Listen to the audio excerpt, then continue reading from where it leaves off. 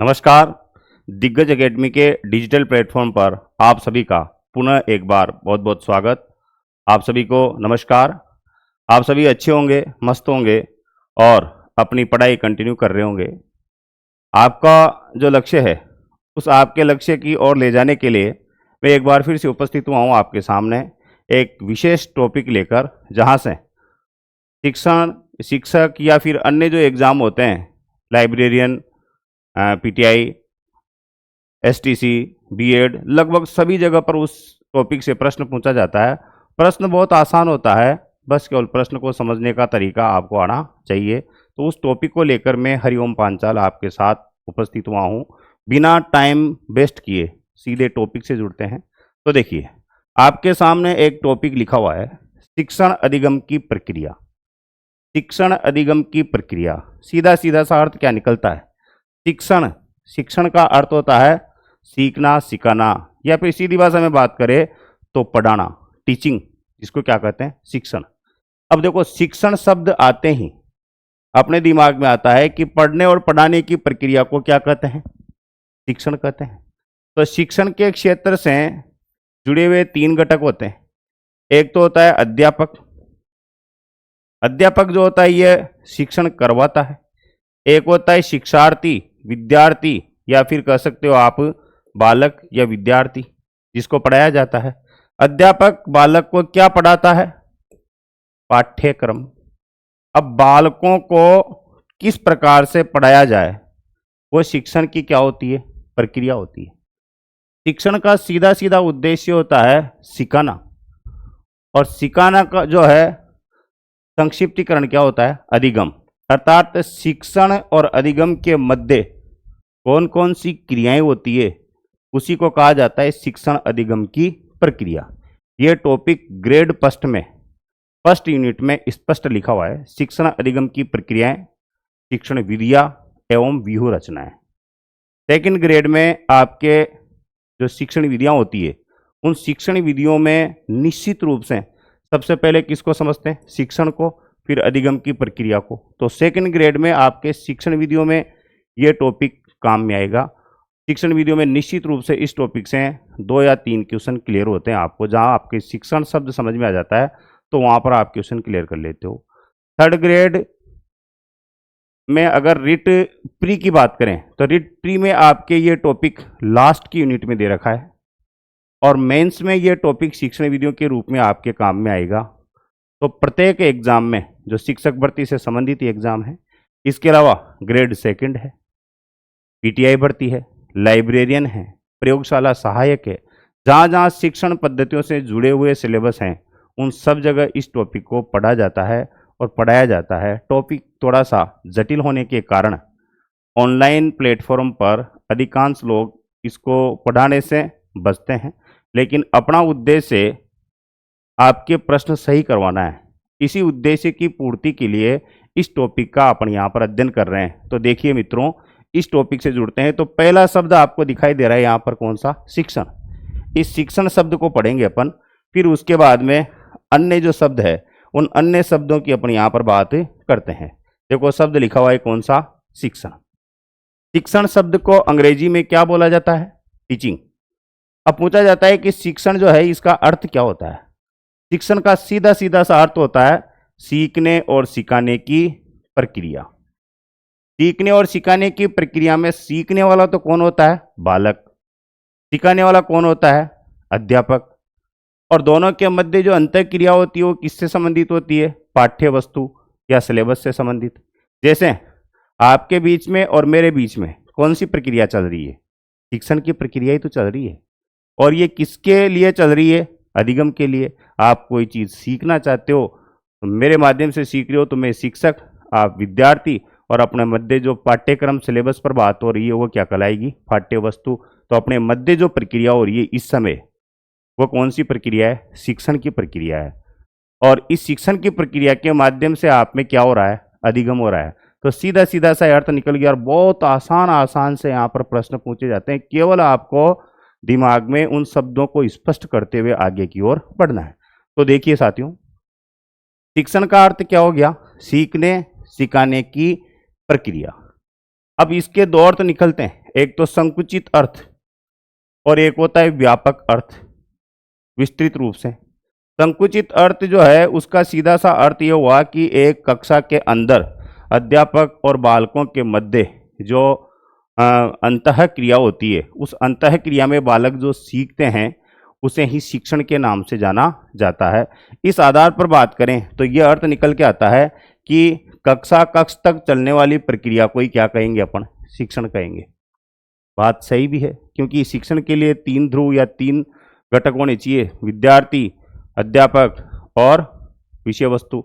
लेकिन वर्तमान समय में इसका व्यापक अर्थ इससे आगे निकाला जाता है कि जिंदगी जो है अपनी, इस जिंदगी में बहुत सारी चीज़ें अपने को डायरेक्ट इनडायरेक्ट सीखने को मिलती है, यानी अपन सीखते रहते हैं। जहाँ तक कि संसार के इस रंगमंच पर अपना जीवन रूपी नाटक चलता रहता है, वहाँ तक सीखने की क्रियाएं चलती रहती है। उनका क्षेत्र अलग अलग हो सकता है। जैसे आप अभी भौतिक ज्ञान के लिए सीख रहे हो, फिर आध्यात्मिक ज्ञान के लिए सीखोगे, फिर परिवार से सीखोगे, तो शिक्षण का व्यापक अर्थ क्या हो जाता है कि जीवन भर चलने वाली सतत प्रक्रिया क्या कहलाती है, शिक्षण। जीवन भर चलने वाली सतत यानी लगातार जिंदगी भर आप सीखते रहोगे, किसी न किसी से आपको सीखने को मिलेगा ही सही। तो इस आधार पर अगर बात करें, प्रश्न पूछा जाए कि शिक्षण होता है औपचारिक या अनौपचारिक या दोनों, तो ध्यान रखना शिक्षण दोनों ही प्रकार की प्रक्रिया है। औपचारिक यानी जिसमें निश्चित औपचारिकताएं पूरी की जाती हो, स्कूल जाना, फीस देना, पढ़ना, परीक्षाएं देना, तो शिक्षण कौन सी प्रक्रिया हुई, औपचारिक। शिक्षण औपचारिक भी होती है और अनौपचारिक भी होती है। यहां से प्रश्न क्या पूछा जाएगा, प्रश्न पूछा जाएगा कि शिक्षण एक ऐसी प्रक्रिया है जो जीवन भर चलती है या कुछ ही समय तक चलती है, या कक्षा कक्ष में चलने वाली प्रक्रिया है, या दोनों ही प्रक्रिया है। तो आप ध्यान रखना, इस स्थिति में उपयुक्त आंसर का चयन करते हुए आपको आगे बढ़ना है। एक बार फिर से आप दोहरान करना। देखिए इधर अपन केवल एक शब्द की बात कर रहे हैं। यहाँ पर शब्द कौन सा लिखा हुआ है, शिक्षण। शिक्षण का अर्थ क्या हो गया, संक्षिप्तीकरण। सीधा सीधा यहाँ लिखा हुआ है, देखो, सीखने सिखाने की प्रक्रिया क्या कहलाती है, शिक्षण कहलाती है। जिसका संकुचित अर्थ होता है कक्षा कक्ष तक ही चलने वाली प्रक्रिया, और व्यापक अर्थ होता है जीवन भर चलने वाली प्रक्रिया। अर्थात संकुचित अर्थ के अनुसार औपचारिक होता है और व्यापक अर्थ के अनुसार औपचारिक और अनौपचारिक दोनों ही प्रकार की प्रक्रिया होती है। शिक्षण के लिए विद्यार्थी होना अनिवार्य है, तभी तो अंतःक्रिया होगी, अन्यथा अंतःक्रिया संभव नहीं है। अब देखो, आपकी ये बात तो समझ में आ गई कि साहब एक शिक्षक जो है, ये शिक्षक शिक्षण करवाता है। किसको शिक्षण करवाता है, विद्यार्थी को शिक्षण करवाता है। ये बात आप समझ चुके हैं। और विद्यार्थी को शिक्षण किसका करवाया जाता है, पाठ्यक्रम या विषय वस्तु का शिक्षण करवाया जाता है। तो ये त्रिध्रुवीय प्रक्रिया हो गई शिक्षण, शिक्षक, विद्यार्थी और पाठ्यक्रम। अब शिक्षण जो होता है ये कक्षा कक्ष में ही चलेगा, क्योंकि शिक्षक भी होगा, विद्यार्थी भी होगा और पाठ्यक्रम भी होगा, और इनके मध्य क्या होगी, अंतःक्रिया। अब ये अनौपचारिक कैसे हुआ, इस जिंदगी में अपना है माता पिता के माध्यम से, तो अपन तो हो गए विद्यार्थी, और ये पूरा वातावरण क्या हो गया, एक शिक्षक हो गया। और इस पूरे वातावरण में जो जो अपना परिदृश्य होगा, जैसे स्टार्टिंग में सामाजिक, फिर धार्मिक, फिर आर्थिक, वहां पर अपन कुछ न कुछ सीखना पड़ेगा। और इस वातावरण अपने मध्य और इस वातावरण में घटित होने वाली घटनाओं के मध्य अंतःक्रिया हमेशा चलती रहती है। इसलिए इसको क्या कहा गया, अनौपचारिक के नाम से भी जाना जाता है। तो एक व्यक्ति जिंदगी भर विद्यार्थी रहता है और जिंदगी भर सीखता ही रहता है। तो जवानों, यहाँ तक का आपके शिक्षण का एक सामान्य अर्थ की बात हुई, जिसका स्क्रीनशॉट आप लीजिए। फिर इसके आगे अपन चलते हैं। यहाँ पर बात की अपन ने केवल शिक्षण की। आगे देखिए, शिक्षण जो होता है ये कितनी प्रकार का होता है, वो आगे अपन पढ़ें। शिक्षण में अगर कक्षा कक्ष के शिक्षण की बात करें या किसी भी क्षेत्र में शिक्षण की बात करें, तो एक साधारण सी बात निकल के आती है कि एक अधिक परिपक्व व्यक्ति के द्वारा कम परिपक्व व्यक्ति को परिपक्व करने की क्रिया क्या है, शिक्षण है। जैसे मान लो मैं आपको अभी साइकोलॉजी पढ़ा रहा हूँ, तो आपसे थोड़ी बहुत ज़्यादा मुझे साइकोलॉजी थोड़ी बहुत ज़्यादा आती है, तो मैं आपसे ज़्यादा परिपक्व हुआ। आप साइकोलॉजी के क्षेत्र में कम परिपक्व हुए, तो मेरी परिपक्वता के माध्यम से आपको मैं क्या कर रहा हूँ, परिपक्व कर रहा हूँ, और यही क्या कहलाता है, शिक्षण कहलाता है। और इसी बात को बहुत ही सुंदर तरीके से व्यक्त किया किसके द्वारा, मेरीसन के द्वारा। तो देखिए साहब, मेरीसन ने क्या कहा, इसकी बात अपन यहां पर कर रहे हैं।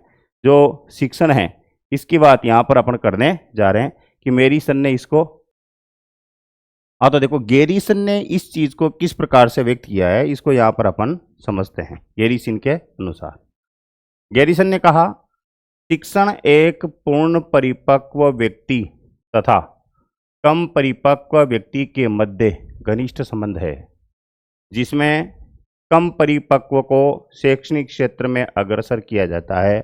सीधी सीधी सी बात है कि शिक्षण कराने के लिए एक परिपक्व व्यक्ति की जरूरत पड़ती है, जिसको आम भाषा में शिक्षक के नाम से अपने द्वारा जाना जाता है। अब आगे बात करें कि शिक्षण जो है, ये शिक्षण कितने प्रकार का होता है। एक साधारण सा क्वेश्चन पूछा गया था 3rd ग्रेड में एक बार कि शिक्षण या शिक्षा एडम्स के अनुसार कितनी प्रकार की होती है। 2 प्रकार की, त्रिमुखी प्रक्रिया बताया शिक्षण को। इसमें एक तो शिक्षक को शामिल किया और एक कौन आता है, शिक्षार्थी को शामिल किया जाता है। अर्थात शिक्षण द्विमुखी प्रक्रिया है, लेकिन यह प्राचीन काल में हुआ करता था। वर्तमान समय में शिक्षण द्विमुखी प्रक्रिया नहीं होकर त्रिमुखी प्रक्रिया है। तो विशेष रूप से ध्यान रखना, वर्तमान समय में शिक्षण कौन सी प्रक्रिया है, त्रिमुखी है। इसमें एक तो शिक्षक होता है, एक शिक्षार्थी होता है और तीसरी विषय वस्तु होती है, अर्थात पाठ्यक्रम होता है। लेकिन पर्टिकुलर अगर प्रश्न पूछ लिया जाए कि एडम्स के अनुसार शिक्षण कौन सी प्रक्रिया है, द्विमुखी।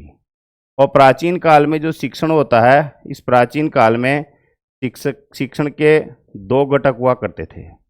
और ये जो 2 घटक है, इसमें एक तो होता था शिक्षक और एक होता था शिक्षार्थी। आपने देखा होगा रामायण महाभारत आदि काल में कि विद्यार्थी को उपनयन संस्कार के पश्चात आश्रम में भेज दिया जाता था, जहाँ पर शिक्षक या फिर आचार्य उस विद्यार्थी को क्या देते थे, शिक्षा देते थे, जिनका कोई निश्चित सिलेबस, निश्चित पाठ्यक्रम नहीं था। जो इच्छा हो जाती थी गुरुजी के मन में, उसी पर व्याख्यान शुरू, और परीक्षाएं भी इसी प्रकार से होती थी।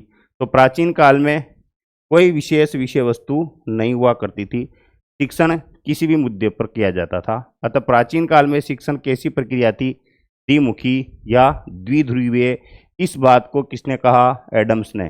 तो यहाँ पर क्वेश्चन 2-3 प्रकार से आ जाता है।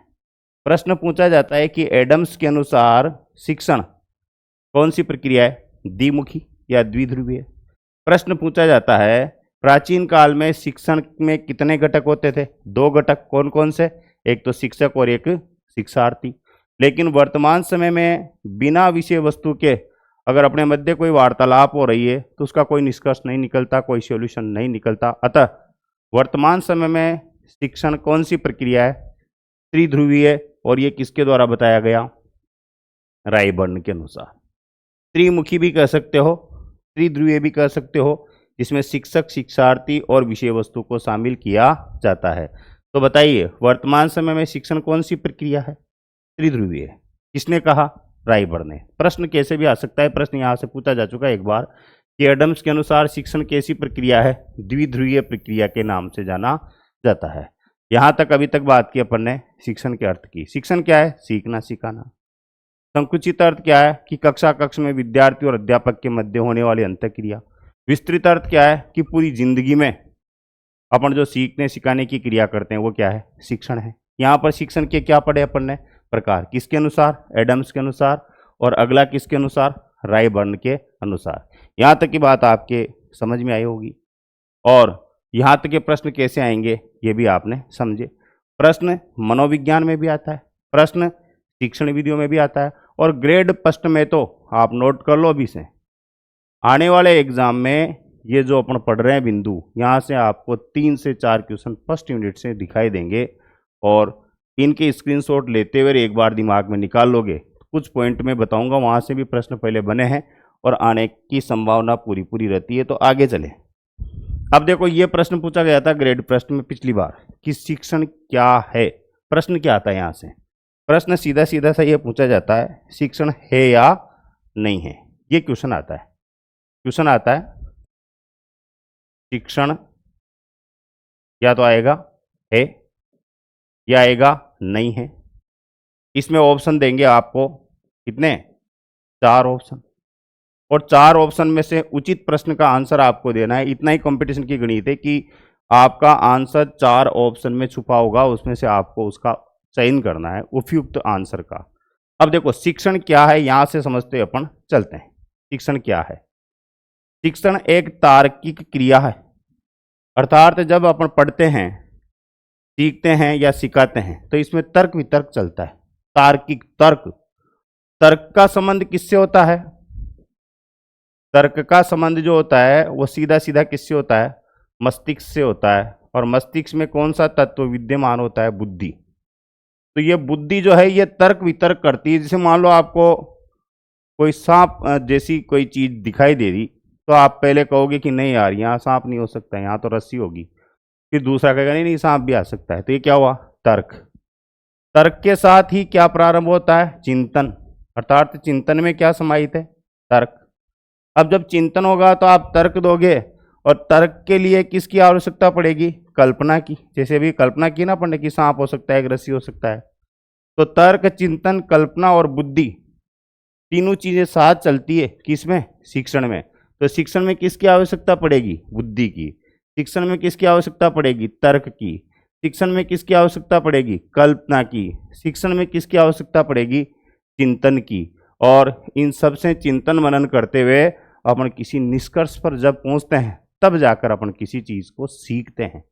इसीलिए कहा जाता है कि हमेशा चिंतन करते रहिए। तो देखो पहला बिंदु कौन सा लिखा अपन ने यहाँ पर? पहला लिखा कि शिक्षण एक क्या है? तार्किक क्रिया है। शिक्षक ने एक उपचार विधि है, यानी जब आप किसी चीज को सीखते हो तो उसको सीखने से आपकी बहुत सारी भ्रांतियां दिमाग से दूर हो जाती है और आपका क्या होता है? उपचार। शिक्षण कला भी है और विज्ञान भी है। कला क्यों है? क्योंकि शिक्षण जो होता है ना, इस शिक्षण में एक अध्यापक अपने मेथड के माध्यम से, अपनी कला के माध्यम से जो मैटर होता है उसको आपके दिमाग में प्रविष्ट करवाता है। ये तो क्या हो गई? एक कला हो गई। विज्ञान क्यों है? क्योंकि इसकी एक निश्चित क्रियाविधि होती है, निश्चित सीक्वेंस होती है। जैसे सामान्य से कठिन की ओर बढ़ना और एक अलग प्रकार की क्रियाविधि अपनाना। तो शिक्षण दोनों है। शिक्षण से आपका विकास होता है, क्योंकि सीखते हैं तो क्या होता है? विकास। शिक्षण सोद्देश्य क्रिया है, बिना उद्देश्य के कभी भी शिक्षण संभव नहीं है। शिक्षण एक अंतः क्रिया है। किन किन के मध्य है अंतः क्रिया? एक अध्यापक, एक विद्यार्थी और विषय वस्तु, इन तीनों के मध्य क्या है? अंतः क्रिया है। शिक्षण सामाजिक और व्यवसायिक दोनों है।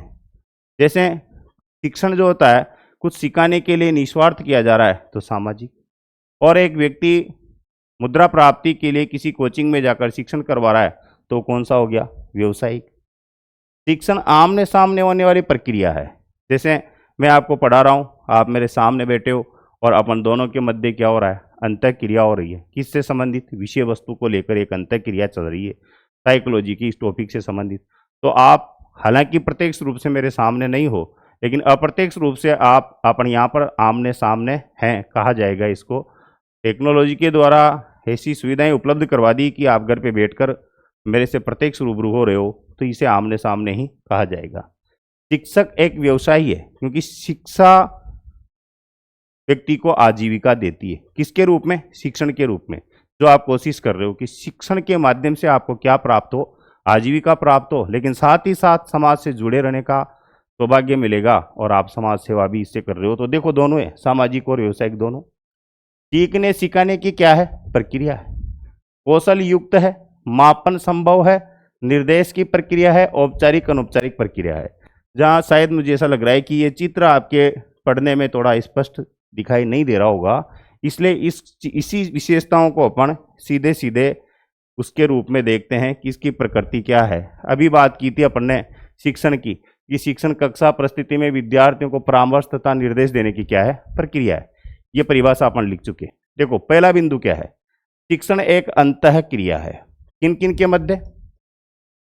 एक तो कौन होगा? शिक्षक।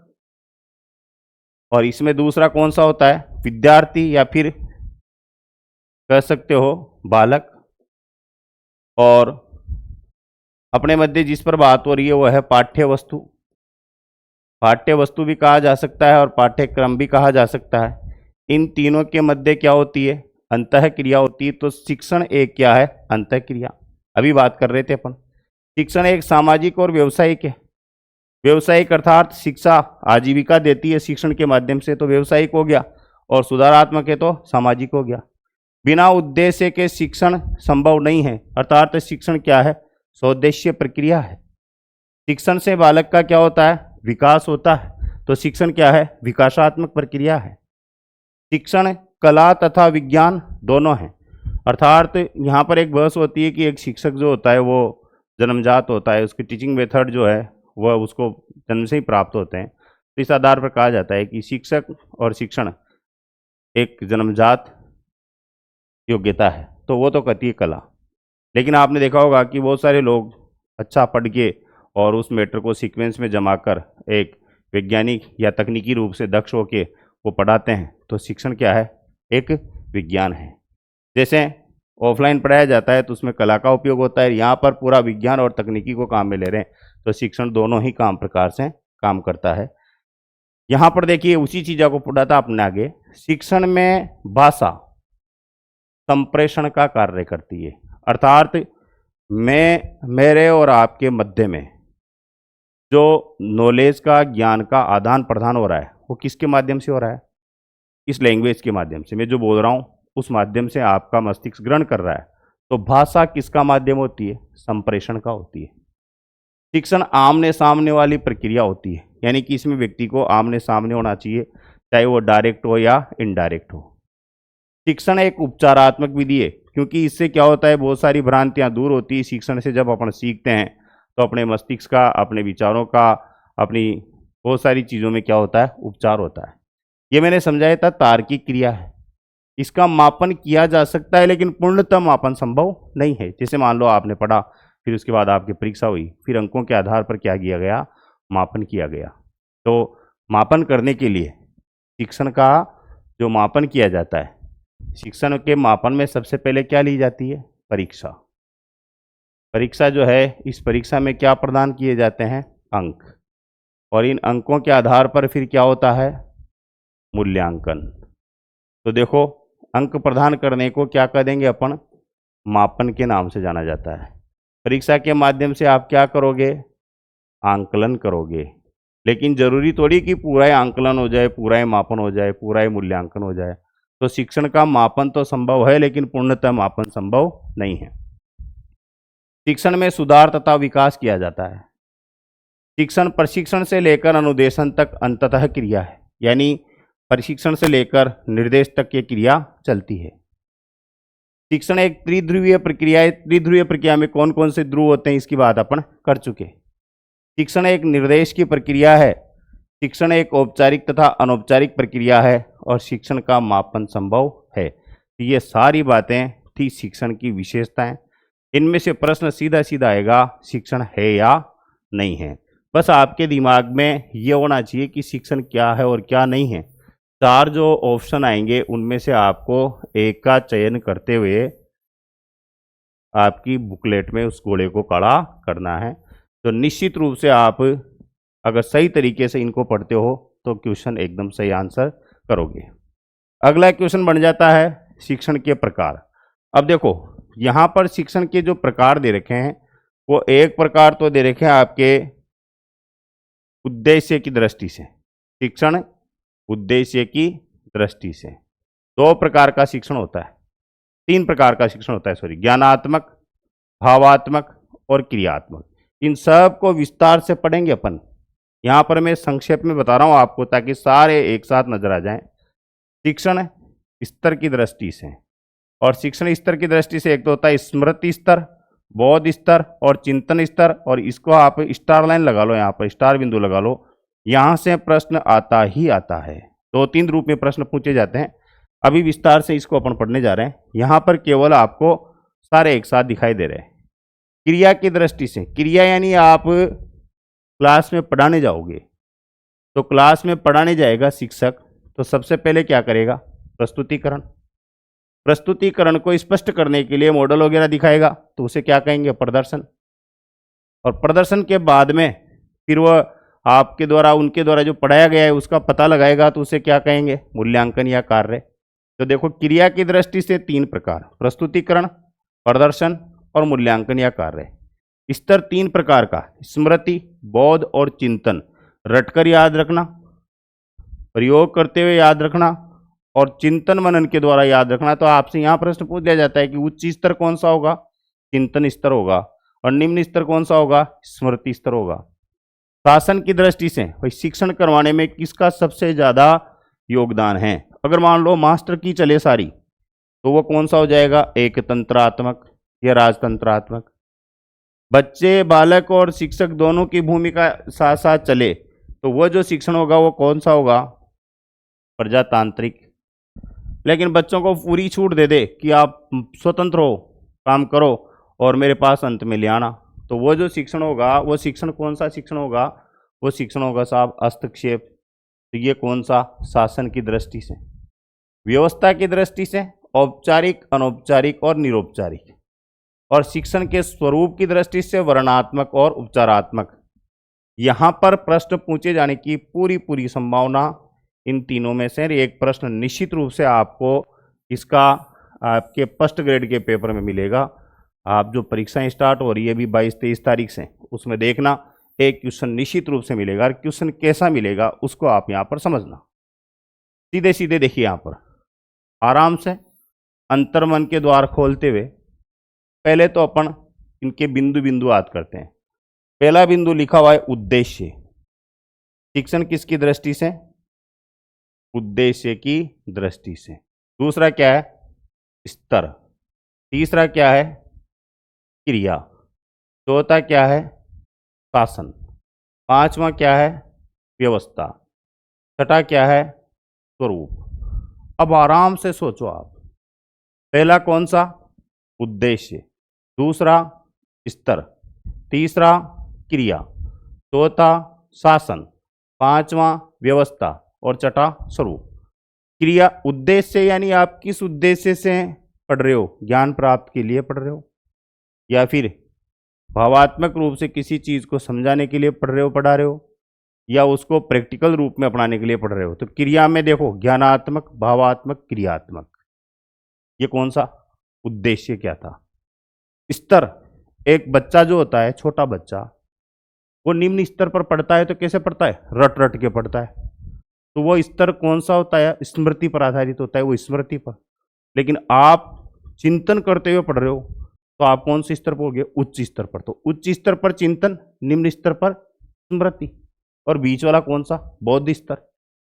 अब प्रश्न बच जाता है कि स्मृति स्तर किसने दिया, हर्बर्टसन, और चिंतन स्तर हंट ने। ये इसके नीचे आ रहा है तो ये भी नीचे याद रख लीजिए। तो स्तर कितने, 3, स्मृति, बौद्ध और चिंतन। चिंतन कब होता है शुरू, जब बालक समझदार हो जाता है, तब शुरू क्या होता है, चिंतन शुरू होता है। अब देखो क्रिया, यानी कि एक अध्यापक कक्षा में शिक्षण करवाते समय जो क्रियाएं करता है ना, वो क्रिया आ जाएगी। क्या करेगा, प्रस्तुतिकरण करेगा। प्रस्तुतिकरण के साथ साथ क्या करेगा, प्रदर्शन करेगा। फिर क्या करेगा, मूल्यांकन करेगा। शासन, सीधा सा अर्थ है किसकी ज्यादा चलती है, मास्टर की ज्यादा चले तो एक तंत्रात्मक, दोनों की चले तो प्रजातंत्रात्मक। बालकों को स्वतंत्र छोड़ दे मास्टर, शिक्षक, तो वो कौन सा, हस्तक्षेप। और व्यवस्था की दृष्टि से भाई पढ़ने की व्यवस्था कैसी है, मान लो घर पे पढ़ लो, प्राइवेट पढ़ लो और परीक्षा दे के आ जाओ, तो वो कौन सी हो जाएगी, निरौपचारिक। कहीं भी पढ़ो, कैसे भी पढ़ो, किससे भी पढ़ते रहो तो वह अनौपचारिक। निश्चित समय पे पढ़ो, फॉर्म भरो, परीक्षा दो तो वह औपचारिक। विस्तार से पढ़ो तो वर्णात्मक, सुधार करने के लिए पढ़ो तो उपचारात्मक।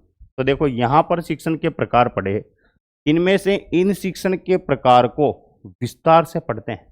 पहले उद्देश्य की दृष्टि से पढ़ेंगे, फिर स्तर, क्रिया, शासन, व्यवस्था और शिक्षण की दृष्टि से। यहाँ से प्रश्न बहुत आसान बनेगा। प्रश्न यही बनेगा कि शिक्षण जो है वह किस दृष्टि से कौन सा होता है, कौन सा नहीं होता है। केवल ये सीक्वेंस आपको याद रखनी है। तो एक साथ पहले इसका स्क्रीनशॉट लीजिए आप, और फिर इसके बाद में ये जो लिखे हुए प्रकार, इनको विस्तार से अपन पढ़ते हैं। लीजिए साहब स्क्रीनशॉट, और आपके पेपर में आपको निश्चित रूप से इनमें से एक प्रश्न दिखाई देगा। आगे चलते हैं। तो देखिए अगला जो बिंदु है, उस अगले बिंदु की बात करें अपन, तो यहां पर शिक्षण के प्रकार किस दृष्टि से दे रखे हैं? शिक्षण के प्रकार दे रखे हैं यहां पर उद्देश्य की दृष्टि से, उद्देश्य की दृष्टि से, उद्देश्य की दृष्टि से। देखो, आपके 3 उद्देश्य होते हैं। यहां से प्रश्न ग्रेड 3 में चाहे L1 हो या L2 हो, हमेशा प्रश्न बना है। ग्रेड 1 में तो अभी बनेगा ही, से आपके सामने आ जाएगा जो भी है। जो देखो, संज्ञानात्मक, अपन ने बात की थी कि संज्ञान क्या होता है। इस संज्ञान को मैंने आपको समझाया था कि व्यक्ति का जो मस्तिष्क होता है, इस मस्तिष्क में जो सूचनाएं जाती है, वो सूचना जो होती है उसको क्या कहते हैं? संवेदना कहते हैं। संवेदना, संवेदना जिनसे प्राप्त होती है वो किनसे प्राप्त होती है? ज्ञानेंद्रियों से प्राप्त होती है। ज्ञानेंद्रियों, ये जो ज्ञानेंद्रियां होती है, ये ज्ञानेंद्रियां कितनी होती है? 5 होती है। आंख, कान, नाक, जीभ, त्वचा आदि के माध्यम से प्राप्त ज्ञान जो होता है उसको क्या कहते हैं? संवेदना। संवेदना कहाँ पहुंची? मस्तिष्क में पहुंची। तो मस्तिष्क को जो संवेदनाओं के माध्यम से जो ज्ञान प्राप्त होता है उसे कह सकते हो प्रत्यक्षीकरण। प्रत्यक्षीकरण या फिर प्रत्यय। इस प्रत्यक्षीकरण से यहाँ पर किसका निर्माण होता है? प्रत्यय का निर्माण होता है, कॉन्सेप्ट का निर्माण होता है। और इस प्रत्यय के निर्माण में किसकी आवश्यकता पड़ती है? तर्क की आवश्यकता पड़ती है, चिंतन की आवश्यकता पड़ती है, कल्पना की आवश्यकता पड़ती है। तो देखो, तर्क, चिंतन, कल्पना, संवेदना आदि के माध्यम से प्राप्त ज्ञान क्या कहलाता है? संज्ञान कहलाता है, जो भी आप प्राप्त कर रहे हो। ये जो संज्ञान है, इस संज्ञानात्मक से शब्द बनता है। तो पहला क्वेश्चन ये बनता है कि उद्देश्य की दृष्टि से संज्ञानात्मक जो क्षेत्र है, यह सर्वप्रथम देने वाले कौन थे? PS ब्लूम थे। कब दिया था? 1956 में। अगला वेरी मोस्ट क्वेश्चन ये बनता है कि संज्ञानात्मक के कितने क्षेत्र होते हैं? 6। कहीं 5 भी होते हैं, कहीं भी 6 भी होते हैं। सबसे पहला क्या होता है? आपको ज्ञान, क्या समझना, अवबोध, जानना, जो समझा और जाना उसको जीवन के काम में लेना, उसे क्या कहेंगे? ज्ञानोपयोग, यानी ज्ञान का उपयोग संबंधित क्षेत्र में करना।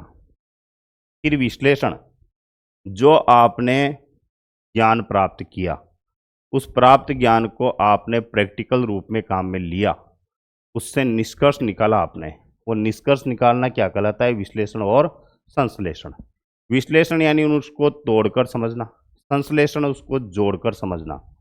और फिर आपने क्या किया? उसका मूल्यांकन किया कि कितना ज्ञान प्राप्त हुआ या नहीं हुआ।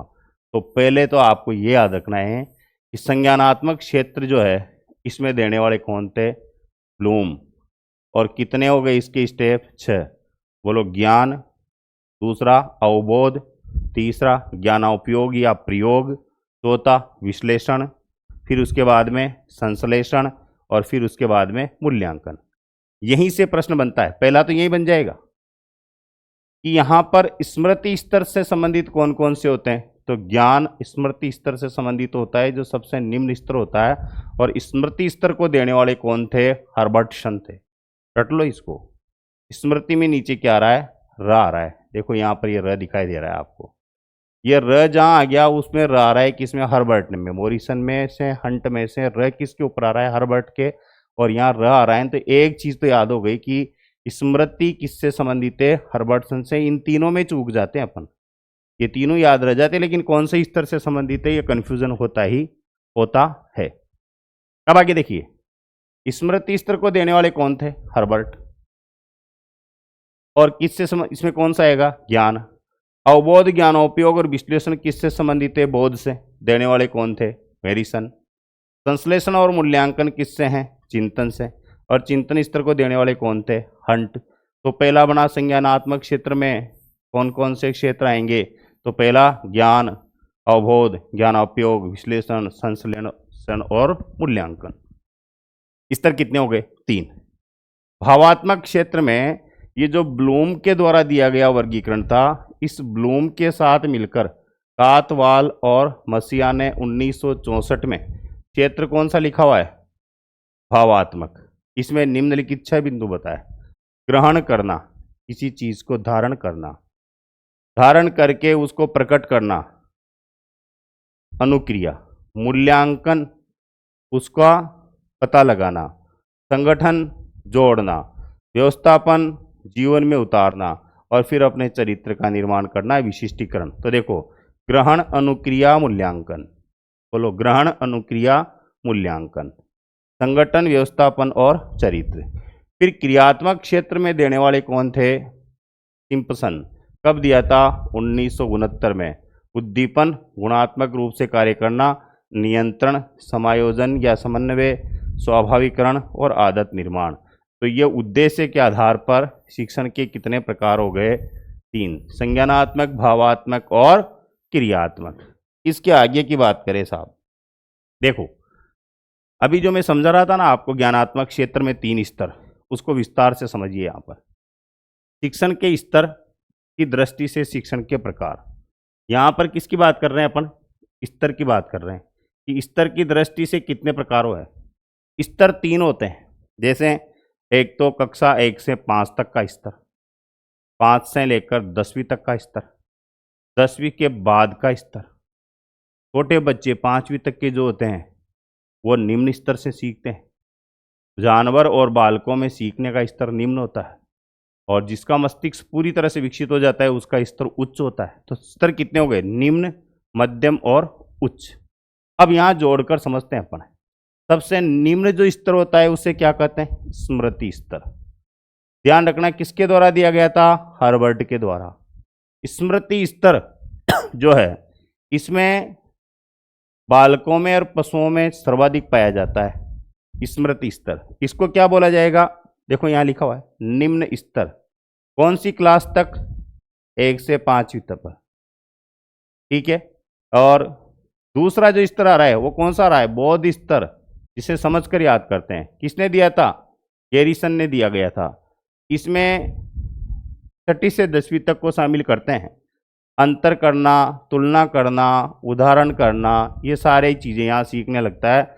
यहाँ पर बालक किसी भी चीज़ को रटकर याद करेगा, और रटकर याद करेगा तो किस में धारण करेगा? उसकी स्मृति में धारण करेगा। लेकिन यहाँ पर वो उसको समझकर याद करेगा, किसी से अंतर करेगा, तुलना करेगा, उदाहरण के द्वारा भी सीखेगा।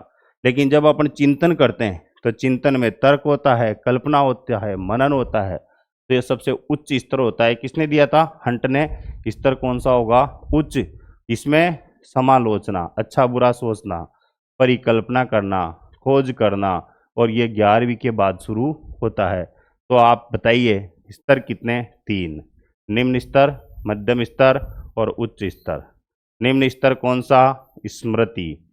मध्यम स्तर कौन सा? बौद्ध। उच्च स्तर कौन सा? चिंतन। फिर इनके याद रखना नाम। निम्न स्तर, स्मृति स्तर किसने दिया? हर्बर्टसन। बौद्ध स्तर किसने दिया? गैरिसन। चिंतन स्तर किसने दिया? हंट ने। स्मृति र से र याद रखिए, हर्बर्ट के द्वारा। प्रश्न पूछा जाए कक्षा 1 से 5 तक का कौन सा स्तर? स्मृति स्तर। और 11वीं के बाद कौन सा स्तर? चिंतन स्तर। वर्तमान समय में आप कौन से स्तर से सीख रहे हो? चिंतन स्तर से। चिंतन ही तो कर रहे हैं अपन। तो देखो, उद्देश्य की दृष्टि से शिक्षण के प्रकार 3, ज्ञानात्मक, भावात्मक और क्रियात्मक। ज्ञानात्मक ब्लूम, फिर उसके बाद में काथवाल, फिर उसके बाद में बसिया। शब्द याद रखने हैं कैटेगरी वाइज, आपको ये भी याद रखना पड़ेगा। आगे चलें, 2 स्तर की बात हो गई। तीसरा आता है शिक्षण क्रियाओं की दृष्टि से। शिक्षण क्रियाओं, जैसे मान लो मैं यहाँ आप पर क्या कर रहा हूँ? शिक्षण की क्रिया ही तो कर रहा हूँ। इसमें मैं एक प्रस्तुतिकरण भी कर रहा हूँ, कुछ चीज़ें आपको दिखा भी रहा हूँ, प्रदर्शन भी कर रहा हूँ, और फिर उसके बाद में आपका गृह कार्य भी दिया जाएगा। तो शिक्षण की प्रक्रिया 3 आधार पर चलती है: प्रस्तुतिकरण, प्रदर्शन और कार्य करवाना, यानी कि टेलिंग, शोइंग, डूइंग। अभी आप 2 चीज़ों से गुजर रहे हो, प्रस्तुतिकरण और प्रदर्शन से। जब आप इसका टेस्ट दोगे तो वो क्या हो जाएगा? डूइंग, कार्य करना। अब प्रश्न यहाँ से बनेगा, तो यहाँ से क्या बनेगा? इनके अंदर से प्रश्न बनेगा। जैसे एक अध्यापक कक्षा में प्रस्तावना प्रश्न के माध्यम से टॉपिक को पढ़ाने जा रहा है, तो वो किसके अंतर्गत आएगा? प्रस्तुतिकरण में। इसमें क्या आ गया देखो, अध्यापक कथन, अध्यापक के द्वारा जो बोला जा रहा है। प्रश्नोत्तर, अध्यापक जो प्रश्न उत्तर पूछ रहा है। व्याख्या करना, जो कठिन प्रश्न है, जो टॉपिक है, उसकी क्या कर रहा है, व्याख्या कर रहा है, वर्णन कर रहा है, और अपने भाषा के माध्यम से, अपने मेथड के माध्यम से बच्चों को समझा रहा है। यानी सीधी सीधी सी बात है कि अध्यापक की जितनी भी क्रियाएं हो रही है क्लास में, वो सब क्या है, प्रेजेंटेशन है, प्रस्तुतिकरण है, जो आपको बता रहा है, मैं आपको बता रहा हूँ। अब बताते समय मैं जो भी आपको दिखा रहा हूँ, चित्र है, चार्ट है, मॉडल है, वह सब क्या है, प्रदर्शन है। जैसे मान लो मैंने यहाँ पर ये चित्र बनाया, ये क्या होगा, प्रदर्शन होगा। इस चित्र के माध्यम से मैं आपको समझाऊं तो वो क्या होगा, प्रस्तुतिकरण होगा। ये दोनों साथ साथ चलते हैं, प्रस्तुतिकरण और प्रदर्शन। और इनके बाद कौन सा आता है, कार्य करना। तो किसी चीज को बताना, दिखाना और सामने रखना, ये क्या है, प्रदर्शन है। जैसे प्रश्न पूछा जाता है कि एक अध्यापक शिक्षण प्रक्रिया के दौरान बालकों के सामने मॉडल दिखाकर उनको समझाता है। तो यहाँ पर मॉडल शिक्षण क्रियाओं की दृष्टि से किस श्रेणी में रखा जाएगा, प्रदर्शन में। बात समझ में आई। मॉडल के माध्यम से समझाना किस में आ जाएगा, प्रस्तुतिकरण में। मॉडल समझा दिया और फिर आपको कहा कि इस आधार पर इन प्रश्नों का आंसर दीजिए, तो वो किस में आ जाएंगे, कार्य करना। यानी प्रयोग करना, बच्चों से बाद में बुलवाना, बच्चों से अभ्यास करवाना और पुनरावृत्ति करवाना। तो देखो यहाँ पर बात की अपन ने पहले तो उद्देश्य की दृष्टि से, फिर स्तर की दृष्टि से, और यहाँ पर क्रिया की दृष्टि से। बताओ उद्देश्य की दृष्टि से कितने प्रकार का शिक्षण, एक ये सामने लिखा हुआ है आपके, ज्ञानात्मक, संज्ञानात्मक या भावात्मक और क्रियात्मक। ज्ञानात्मक ज्ञान, अवबोध, ज्ञानोपयोग, विश्लेषण, संश्लेषण और मूल्यांकन। भावात्मक में ग्रहण, अनुक्रिया, मूल्यांकन, संगठन, व्यवस्थापन, चरित्र निर्माण या विशिष्टीकरण। क्रियात्मक में उद्दीपन, गुणात्मक रूप, नियंत्रण, समायोजन, स्वाभाविकरण, आदत निर्माण। स्तर 3 कौन सा, निम्न स्तर, मध्यम स्तर, उच्च स्तर। निम्न स्तर कौन सा, स्मृति। मध्यम कौन सा, बौद्ध। उच्च कौन सा, चिंतन। चिंतन किसने दिया, हंट ने। बौद्ध स्तर गैरिसन ने। स्मृति स्तर हर्बर्टसन ने। देखिए यहाँ पर आपका सीधा सीधा दिखाई दे रहा है। फिर पढ़ा अपन ने किसके आधार पर, शिक्षण प्रक्रियाओं के आधार पर। एक तो प्रस्तुतिकरण, प्रेजेंटेशन, एक प्रदर्शन, और एक उसके बाद में क्या करवाना, कार्य करवाना। आगे चलिए जी। शिक्षण के स्वरूप की दृष्टि से एक तो विस्तार से पढ़ाया जाए, जैसे कॉलेज में पढ़ाया जाता है, तो क्या होता है, वर्णनात्मक, और एक होता है उपचारात्मक। जैसे मान लो किसी बालक को कोई समस्या है और उस समस्या के समाधान के लिए शिक्षक जो होता है वो शिक्षक शिक्षण करवाए, तो वो कौन सा हो जाएगा, उपचारात्मक। तो वर्णनात्मक में अध्यापक क्या देगा, भाषण, क्या करेगा, व्याख्या, क्या करेगा, वर्णन। उपचारात्मक में विद्यार्थियों के अधिगम में कमी वाले क्षेत्र को दूर करेगा, वो पहचानेगा कि इसको क्या समस्या है और इस समस्या को कैसे दूर किया जा सकता है। तो ये कौन सा हो गया, स्वरूप की दृष्टि से। आगे बात करें तो देखो लिखा हुआ है शिक्षण व्यवस्था की दृष्टि से। 3 प्रकार की व्यवस्था होती है। जैसे मान लो एक बच्चे को आप विद्यालय भेजते हो, कंटिन्यू भेजते हो विद्यालय, उसके टेस्ट होते हैं, सतत मूल्यांकन होता है, परीक्षा होती है, फिर रिजल्ट आता है, फिर उसके परसेंटेज बनती है, तो पूरे नियम फॉलो किया आपने, वो शिक्षण होगा औपचारिक। लेकिन आप चाहते हो कि नहीं, विद्यालय रहने दो, प्राइवेट फॉर्म भरा देंगे, घर पे पढ़ाई कर लेंगे और फिर वो लास्ट में जाकर परीक्षा दे के आ जाएंगे, तो उसे कहेंगे निरौपचारिक। और एक शिक्षण होता है जिसमें कहीं से भी किसी से भी सीख लिया जाता है, इसमें कोई बाध्यता नहीं होती है, कोई भी गुरु हो सकता है, चाहे सजीव हो या निर्जीव हो, सबसे शिक्षा ग्रहण कर लें, कहीं से भी शिक्षा ग्रहण कर लें, कोई औपचारिकता नहीं हो, तो वो क्या होगा, अनौपचारिक। तो देखो औपचारिक जो शिक्षण होता है ये कहाँ होता है, विद्यालय में, कॉलेज में, स्कूल में, ये औपचारिक शिक्षण है। कोचिंग में, ऑफलाइन कोचिंग में। अनौपचारिक आप जहाँ सीखते हो, परिवार से, पड़ोस से, समाज से, टीवी से, समाचार पत्र से, मित्र से, शत्रु से, XYZ किसी से भी आप सीख लेते हो किसी भी समय, कोई औपचारिकता नहीं है, तो वो क्या होगा, अनौपचारिक। निरौपचारिक में क्या होता है, उद्देश्य निश्चित होता है लेकिन परिस्थितियां निश्चित नहीं होती। जैसे मान लो आपको MA करनी है, लेकिन MA आप पत्राचार से करते हो, से कहते हैं अपन क्रॉसपॉन्डिव कोर्स, खुला स्कूल, जिसमें परीक्षा दे के पास हो लेते हो घर पे पढ़ के, तो निरौपचारिक। पत्राचार, आंगनबाड़ी, प्रौढ़ शिक्षा, तो ये कौन सा होगा, निरौपचारिक। यानी उद्देश्य और परिस्थिति के आधार पर बात करें तो उद्देश्य और परिस्थिति के आधार पर शिक्षण कितने प्रकार का? 3 प्रकार का, औपचारिक, अनौपचारिक और निरौपचारिक। समझना, यहाँ उद्देश्य भी निश्चित, परिस्थिति भी निश्चित। यहाँ न तो उद्देश्य निश्चित न परिस्थिति निश्चित। यहाँ उद्देश्य तो निश्चित लेकिन परिस्थिति निश्चित नहीं है, तो उसे क्या कहेंगे? निरौपचारिक। अब आपसे प्रश्न पूछ लिया जाए कि अनौपचारिक शिक्षण का प्रथम विद्यालय कौन सा होगा? परिवार। औपचारिक शिक्षण का प्रथम विद्यालय कौन सा होगा? तो विद्यालय। तो ये बात आपके समझ में आई होगी। आगे चलें तो शिक्षण दे रखा है शासन की दृष्टि से। अब देखो, अगर अध्यापक की ही चले तो एक तंत्रात्मक, विद्यार्थी और अध्यापक दोनों आपस में तालमेल के माध्यम से पढ़े तो प्रजातांत्रिक, और अध्यापक बालकों को टॉपिक देकर स्वतंत्र छोड़ दे कि मस्ती से पढ़ो और मुझे बताना गलती समस्या हो तो कौन सा? हस्तक्षेप रहित। यहाँ से क्वेश्चन वेरी मोस्ट क्वेश्चन बनता है। ग्रेड फर्स्ट वाले नोट कर लेना इसको, क्वेश्चन आपके पेपर में छपेगा, पूर्ण विश्वास के साथ पहले ही आपको बोल रहा हूँ। अब इसमें देखो, एक तंत्रीय शासन व्यवस्था, इसमें प्रमुख कौन होगा? शिक्षक। प्रजातंत्रीय में प्रमुख कौन होंगे? दोनों। दोनों कौन? शिक्षक और छात्र। और तीसरा जो होता है हस्तक्षेप रहित, इसमें हस्तक्षेप रहित में ज्यादा प्रमुख कौन होता है? विद्यार्थी। तो पहला प्रश्न तो यही बन जाएगा कि एक तंत्रीय शासन व्यवस्था में प्रधान कौन होगा? शिक्षक।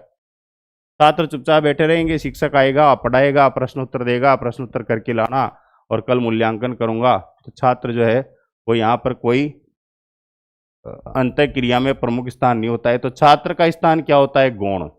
प्रश्न यह आएगा कि ये विशेषता ही देंगे आपको वहां पर, और पूछा जाएगा निम्न में से कौन सा शासन की दृष्टि से शिक्षण है, या पूछ लेंगे कि एक तंत्रीय शासन की कौन सी विशेषता है और कौन सी विशेषता नहीं है। तो देखो, छात्र का स्थान गौण होता है, शिक्षक का स्थान क्या होता है? प्रमुख। शिक्षक आदर्श होता है, जो कह दिया गुरुजी ने वही पत्थर की लकीर है, चाहे गलती बता रहे हो, बच्चे बोलते नहीं है।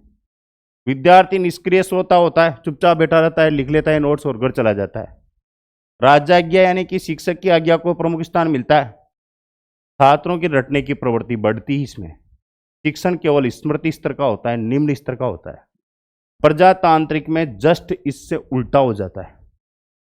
छात्र का स्थान यहां पर दोनों का स्थान एक बराबर होता है। देखो, प्रजातांत्रिक में इसका संबंध समस्या केंद्रित व्यवस्था, सिद्धांत, मानवीय संबंध तथा अंतःक्रिया पर आधारित होता है। शिक्षक और छात्र के मध्य अंतःक्रिया होती है, तो दोनों प्रमुख होते हैं। इसमें तो शिक्षक ही होता है। छात्र और छात्र के मध्य अंतःक्रिया होगी, छात्र पुस्तक के मध्य अंतःक्रिया होगी, अन्य अंतःक्रिया सभी के मध्य होगी। बच्चे स्वतंत्र भी होते हैं, शिक्षक से भी समझते हैं, खुद भी समझते हैं और किताब से भी समझते हैं। इसमें शिक्षक केवल मार्गदर्शक होता है, रास्ता बताने वाला होता है, बच्चे खुद ढूंढ कर समझते हैं। विद्यार्थी समालोचना के लिए गुण दोष बताने की कोशिश करता है और स्वतंत्र अनुशासन होता है, इसमें सेल्फ डिसिप्लिन होता है। वर्तमान समय में यही शिक्षण पद्धति अपनाई जा रही है, जिसमें बालकों को भी मुख्य स्थान दिया जा रहा है। और अगली कौन सी है? हस्तक्षेप रहित। विद्यार्थी के सामने क्या रखते हैं? चुनौती रखते हैं, और विद्यार्थी को पूरी छूट दी जाती है कि इसका आप समाधान कीजिए। अर्थात मॉडर्न थ्योरी ऑफ ऑर्गेनाइजेशन पर आधारित होता है ये शिक्षण, जो उच्च कक्षाओं में किया जाता है।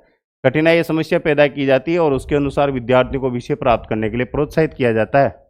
विद्यार्थी सृजनात्मक क्षमता को पहचानता है। तो शासन की दृष्टि से शिक्षण 3 प्रकार का, एक तंत्रीय, प्रजातंत्रीय और हस्तक्षेप रहित। श्योर है प्रश्न इन विशेषताओं में से आपके बनेगा, तो आप चाहे ग्रेड 3 की तैयारी कर रहे हो, फर्स्ट की कर रहे हो, सेकंड की कर रहे हो, जो मैटर अपन पढ़ रहे हैं यहाँ पर अभी, ये बहुत कम आपको किताबों में भी कम मिलता है और यूट्यूब में भी थोड़ा कम ही इसको डालते हैं अध्यापक, क्योंकि यहाँ पर डींगे हाँकना और मसाले वाली बातें कम होती है। और मैं स्पष्ट बता रहा हूँ आपको, मेरा उद्देश्य या दिग्गज एकेडमी का उद्देश्य नाम कमाना या अपने सब्सक्राइब बढ़ाना, पैसे कमाना नहीं होकर सीधा सीधा आपको अपने सिलेक्शन की ओर ले जाना है। आपके समझ में आता हो तो इसको आप शेयर करें, अन्यथा आपका समय बर्बाद हुआ है, वहीं तक ही सीमित रहें। बाकी फालतू बात अपने इसलिए नहीं कर रहे क्योंकि आपका महत्वपूर्ण समय बर्बाद नहीं हो। अन्यथा कहानियाँ, कविताएं, चुटकुले सुनाने में और सुनने में मज़ा सभी को आता है, हम भी आपको सुनाकर आपका समय बर्बाद कर सकते हैं। तो आप इस चीज़ को समझिए। वर्तमान समय में ऑनलाइन क्लास में अधिकांश शिक्षक और विद्यार्थी मसालेदार चीज़ें ज़्यादा पसंद करने लग गए हैं। आपने देखा होगा कि मसालेदार खाना खाने से मज़ा तो आता है, लेकिन पेट और ख़राब हो जाता है। वही स्थिति अगर आप फुटपाती साहित्य और फूड फन की चीज़ें आपके दिमाग में डालोगे, तो सही चीज़ों के लिए स्थान नहीं बचेगा। तो मेरा आपसे विशेष निवेदन है कि जो क्लास हमारी कंटिन्यू चल रही है, उससे ज़्यादा से ज़्यादा विद्यार्थियों को लाभ पहुँचे, और इस यूट्यूब के माध्यम से, ऑनलाइन के माध्यम से जो बच्चों को दिशा से विमुख कर रहे हैं, उनको आप कहें कि पढ़ने के लिए ही इन चीज़ों को आप ज्वाइन करें, और उनको आप पूरी ताली के साथ में पूरा प्रोत्साहन प्रदान करें, जो आपको पूरी प्योर चीज़ दे रहे हैं। और मनोविज्ञान को मजाक का सब्जेक्ट जिन्होंने बना दिया, उनको आप निश्चित रूप से अपने मार्ग में लेके आएँ। तो वापिस चलते हैं अपन प्रजातंत्रीय शासन व्यवस्था की ओर। तो देखो, अगला है शिक्षण के चर। ये मैं पहले पढ़ा चुका आपको। स्वतंत्र चर, जो पूरी तरह से स्वतंत्र हो, कौन होता है? शिक्षक ही होता है हमेशा, क्योंकि उसको कोई बाध्य नहीं कर सकता। मध्यस्थ चर या हस्तक्षेप चर, जैसे पाठ्यक्रम मध्यस्थता करता है शिक्षक और बालक के मध्य, कालांश है, पुस्तक है, शिक्षण है, विधि है, सहायक सामग्री है, ये मध्यस्थ चर में आते हैं। और आश्रित चर कौन होता है? शिक्षार्थी होता है। तो शिक्षण के चर कितने? 3। देखो, स्वतंत्र शिक्षण के चर के कार्य 3 चर कौन कौन से है? एक शिक्षक, एक शिक्षार्थी और एक विद्यार्थी। तो स्वतंत्र शिक्षण चर के 3 कार्य होते हैं: निदान, पता लगाना किसी समस्या का, फिर उसका उपचार करना, और फिर वो पूरा हुआ या नहीं उसका मूल्यांकन करना। हस्तक्षेप चर के माध्यम से ये काम होते हैं। आश्रित चर के भी निदान, उपचार और मूल्यांकन, यानी कि शिक्षण प्रक्रिया संचालन में शिक्षण चरणों का महत्वपूर्ण स्थान होता है।